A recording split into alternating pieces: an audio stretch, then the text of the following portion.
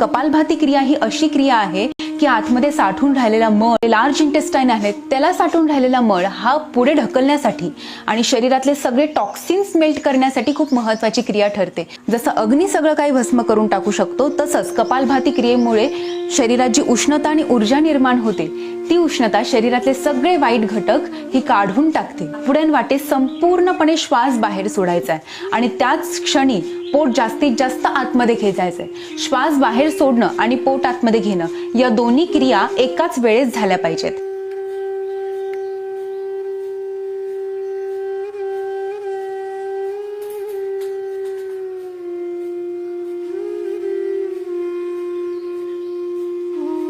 आणि एकाच वेळेस त्या जेव्हा आपण क्रिया करतो तेव्हा श्वास सोडल्यामुळे पोट चांगल्या रीतीने आतमध्ये देखील जाते.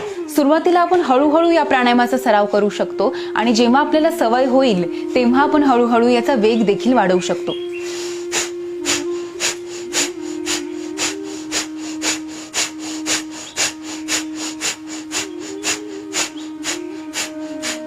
अनेक विविध पद्धतीने आपण प्राणायामाचा सराव करू शकतो. जसं आपण श्वासाचा आवाज न करता पोट देखील आतमध्ये घेऊ शकतो. तसंच फुफ्फुसांमध्ये जी काही हवा आहे ती संपूर्णपणे बाहेर काढून पोट आतमध्ये घेता येते.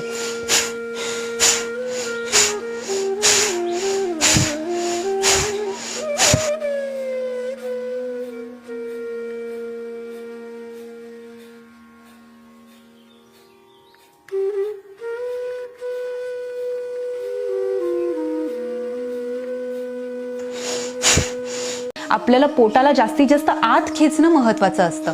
आत खेचल्यानंतर इथे असणारे छोटे आतडे आणि आजूबाजूला असणारे मोठे आतडे तसंच कॉलन आणि रेक्टम या सगळ्याला दाब मिळतो आणि हा दाब मिळाल्यामुळे पोट साफ होतं.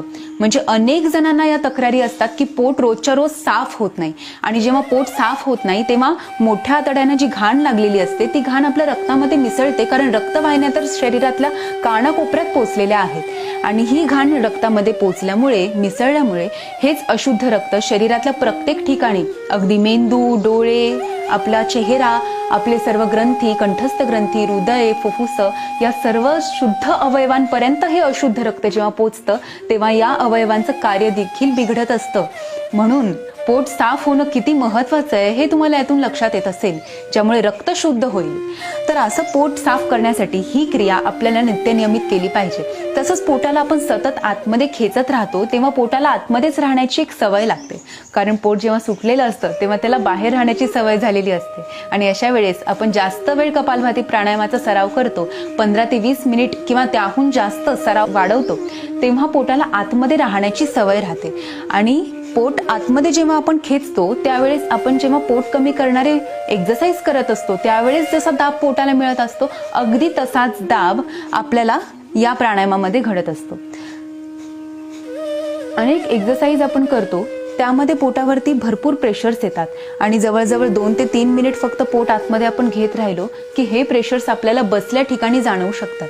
त्यामुळे आपण बसल्या बसल्या पोट कमी करू शकतो, बसल्या बसल्या पोटाच्या सर्व तक्रारी नाहीशा करू शकतो. बद्धकोष्ठता किंवा पोटामध्ये गॅसेस होण्याचा त्रास असेल आणि त्यामुळे रात्री झोप लागत नसेल, दुसरा दिवस आपला ऊर्जावान नसेल, सकाळी पोट साफ होत नसेल तर अशा वेळेस कपालभाती करायला पाहिजे. तसंच आपली फुफ्फुस संपूर्णपणे रिकामी होतात, कारण आपल्या फुफ्फुसांमध्ये कार्बन डायऑक्साईड असतो. ऑक्सिजन आतमध्ये मिसळल्यानंतर कार्बन डायऑक्साईड आतमध्येच जास्त जो घुमत राहिलेला असतो तो आपल्या नाकपुड्यांवाटे जास्तीत जास्त बाहेर जातो आणि हा कार्बन डायऑक्साईड बाहेर गेल्यामुळे शरीरामध्ये एक प्रकारची उष्णता निर्माण होते आणि ही उष्णता आपल्या शरीरातले सर्व वाईट घटक हे भस्म करत असते. तर अशा प्रकारे कपालभाती प्राणायामाचा सराव सर्वांनी करा आणि यानंतर उडियान बंध लावा.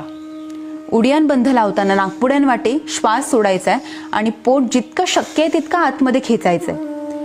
इतकं पोट आतमध्ये खेचा आणि पोट आतमध्ये खेचताना लक्ष द्या, ओटी पोटाचे स्नायू सुद्धा आतमध्ये खेचले गेले पाहिजेत. आता इथे ही रिबकेज आहे, या रिबकेज पासून पोट आतमध्ये गेलंय आणि म्हणून छोटे आतडे, मोठे आतडे, उजवीकडे असणारे लिव्हर, डावीकडे असणारं जठर या सगळ्यालाच एक चांगल्या प्रकारे दाब मिळतोय. तसंच इथे स्वादुपिंड आहे, त्यामुळे स्वादुपिंडावरती दाब मिळाल्यामुळे ज्यांना डायबिटीसचा त्रास आहे त्यांच्याकरिता सुद्धा उपयोगी ठरतं, कारण स्वादुपिंडातल्या पेशी ऍक्टिव्हेट झाल्यामुळे इन्सुलिनचं प्रमाण योग्य प्रमाणात सेक्रेट होतं. उडियान बंद करताना सुद्धा नाकपुड्यांवाटे आपण कपालभातीमध्ये जसा श्वास सोडलेला तसा श्वास सोडायचा आहे.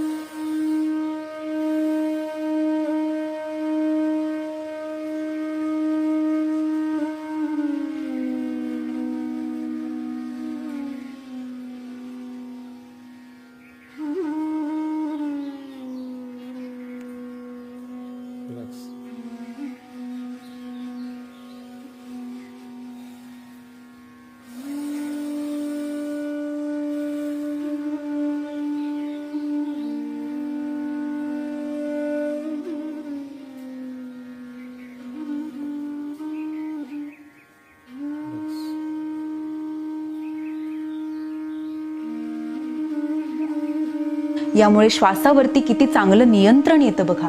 जेव्हा श्वास बाहेर सोडतो आणि श्वास रोखून ठेवतो तेव्हा आपली श्वासाची क्षमता देखील वाढत असते. 15 ते 20 सेकंद आपण श्वास बाहेर रोखतोय म्हणजे फुफ्फुसांची आणि हृदयाची कार्यक्षमता वाढण्यासाठी किती उपयुक्त क्रिया आहे हे तुम्हाला लक्षात येईल. सुरुवातीला 10 ते 12 सेकंद, पुढे 12 ते 15 सेकंद, पुढे 15 ते 20 सेकंद असा सराव तुम्ही हळूहळू वाढवत जाऊ शकतो. फक्त श्वास आतमध्ये मध्येच घ्यायचा नाहीये. श्वास जेव्हा आपण बाहेर सोडून देतो एका झटक्यात बाहेर सोडतो असा. त्या क्षणी पोट जास्तीत जास्त आत घ्यायचा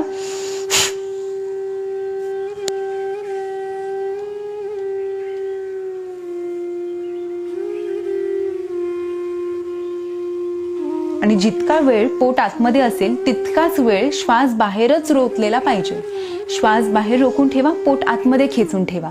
असं 15 ते 20 सेकंद उडियान बंद करा आणि रोज नित्यनियमाने कमीत कमी 10 मिनिट कपालभाती आणि कमीत कमी उडियान बंदचे 10 रिपिटेशन्स आपल्याकडून झालेच पाहिजे. तुमच्या सर्व पोटाच्या तक्रारी नाहीशा होतील, पोट कमी होईल आणि तुमचं शरीर स्वास्थ्य हे उत्तम राहील.